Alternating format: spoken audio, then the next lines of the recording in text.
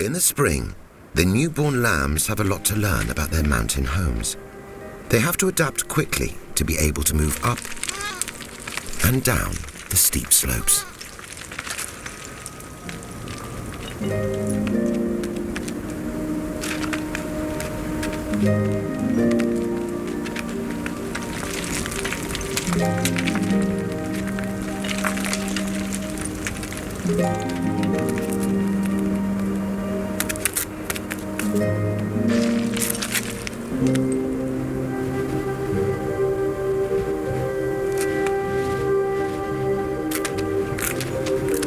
They must keep close to their mothers, as there's danger everywhere. But their greatest threat is hard to spot.